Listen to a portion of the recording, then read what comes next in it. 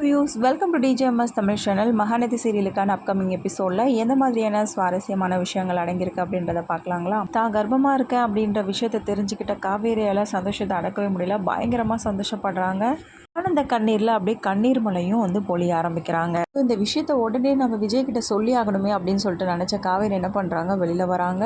காவேரி ஒரு மார்க்கமாக இருக்கிறத பார்த்து என்ன பண்ணுறாங்க, கங்கா என்னாச்சு காவேரி, ஒரு மார்க்கமாகவே இருக்க, இப்போ உடம்பு பரவாயில்லையே, உடம்பு எதுவும் சரியில்லாமல் இல்லைல்ல அப்படின்னு சொல்லிட்டு கேட்க, அதெல்லாம் ஒன்றும் இல்லைக்கா கிட்ட இந்த விஷயத்த சொல்லலாமா அப்படின்னு சொல்லிட்டு யோசிக்க, வேண்டாம் வேண்டாம், முறையாக நம்ம அவர்கிட்ட தான் இந்த விஷயத்தை பற்றி சொல்லணும் அப்படின்னு சொல்லிட்டு பயங்கர சந்தோஷத்தோடு இருக்காங்க.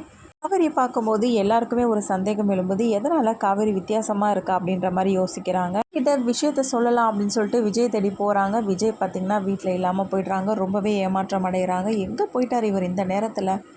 சந்தோஷமான விஷயத்தை இவர்கிட்ட நம்ம சொல்லலாம்னு வந்திருக்கோம், ஆனால் இந்த சமயத்தில் எங்கே போயிட்டார் இவர் அப்படின்னு சொல்லிட்டு ஃபோன் எடுத்து விஜய்க்கு ஃபோன் பண்ணி பார்க்குறாங்க. ஃபோன் ரீச்சே ஆகலை. என்ன சஜ்ஜோ, என்ன இந்த டைமில் தான் ஃபோன் ரீச் ஆகக்கூடாது அப்படின்னு சொல்லிட்டு யோசிச்சுக்கிட்டு அவங்களுக்குள்ளே புலம்புறாங்க. தேடி வராங்க விஜய் இருக்காரா அப்படின்னு சொல்லிட்டு. உடனே சுற்றி முற்றி பார்க்குறாங்க. அவர் இல்லாதது தெரிய வருது. எங்கே போயிட்டார் இவர் அப்படின்னு சொல்லிட்டு சோகத்தோட வீட்டுக்கு போயிடுறாங்க. காவேரி எங்கடி போனேன், இதுக்கும் அதுக்கும் சுற்றிக்கிட்டே இருக்க, எங்கே போயிட்டு வர நீ அப்படின்னு சொல்லிட்டு வீட்டில் உள்ளவங்க கேட்க, அதெல்லாம் ஒன்றும் இல்லைம்மா, சும்மா தான் கீழே போயிட்டு வரேன் அப்படின்னு சொல்லிட்டு காவேரின்னு சொல்ல, என்னாச்சு உனக்கு, நேற்றுலாம் ஒரு மாதிரியாக இருந்தால் இப்போ என்னவோ ரொம்ப சந்தோஷமாக இருக்க மாதிரி இருக்குது அப்படின்னு சொல்லிட்டு சாந்தி அவங்க கேட்க, ஐயோ அத்தை அதெல்லாம் ஒன்றும் இல்லை அத்தை அப்படின்னு சொல்லிட்டு சொல்கிறாங்க. நான் கர்ப்பமாக இருக்கின்ற விஷயத்தை பற்றி நான் கண்டிப்பாக என் வீட்டுக்காரர்கிட்ட நான் சொல்லி ஆகணும் அப்படின்னு சொல்லிட்டு மனசுக்குள்ளே போராடிட்டு இருக்காங்க. ஒரு பக்கம் சடனாக ஒரு யோசனை தோணுது. சரி ஓகே, இதெல்லாம் ஓகே தான், அவர்கிட்ட சொன்னால் ரொம்ப சந்தோஷப்படுவார். ஆனால் எங்கள் வீட்டில் உள்ளவங்களுக்கு தெரிஞ்சதுன்னா என்னை பற்றி என்ன நினைப்பாங்க, அம்மாவுக்கு மட்டும் இந்த விஷயம் தெரிஞ்சால் அம்மா சந்தோஷப்படுவாங்களா, இல்லை என்னை பற்றி என்ன நினைப்பாங்க, ஒன்றுமே புரியலையே.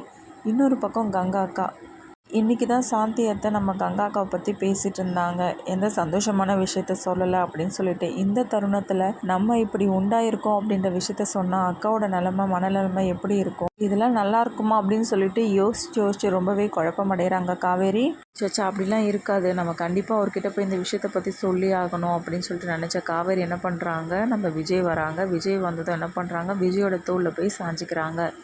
விஜயோட தோளில் சாஞ்சு, காவேரி என்னாச்சு அப்படின்னு சொல்லிட்டு என்ன பண்ணுறாங்க, விஜயும் சந்தோஷம் அடைய, கிட்ட ஒரு விஷயம் சொல்லணும், அதுவும் சந்தோஷமான விஷயம் சொல்லணும் அப்படின்னு சொல்லிட்டு காவேரி சொல்ல, என்ன சொல்கிற காவேரி, சந்தோஷமான விஷயமா, அப்போ நம்ம 2 பேரும் நம்ம வீட்டுக்கு போகிறோமா அப்படின்னு சொல்லிட்டு விஜய் கேட்க, ஐயோ அது இல்லைங்க அப்படின்னு சொல்லிட்டு என்ன பண்ணுறாங்க, அதுக்கப்புறம் தான் கர்மமாக இருக்க அப்படின்ற விஷயத்த சொல்கிறது மட்டும் இல்லாமல் நீங்கள் அப்பாவாக போகிறீங்க அப்படின்னு சொல்லிட்டு சொல்கிறாங்க. இது கேட்டு பயங்கர சந்தோஷம் அடைகிறாரு விஜய். ஒரு பக்கம் அப்படியே ஸ்டன் ஆகிடுறாரு. என்ன சொல்கிற காவேரி, உண்மையாவே அப்படின்னு சொல்லிட்டு கேட்க, சந்தோஷத்தில் பயங்கரமாக காவேரியை தூக்கிட்டு கத்த ஆரம்பிக்கிறாங்க. அதுக்கப்புறமா காவேரியை வீட்டுக்கு கூட்டிகிட்டு போகிறாரா, சாரதம்மா எப்படி ரியாக்ட் பண்ண போகிறாங்க, இது எல்லாமே தெரிஞ்சுக்கலாம். அதுக்கு மறக்காமல் நம்மளோட சேனலை சப்ஸ்கிரைப் பண்ணிக்கோங்க.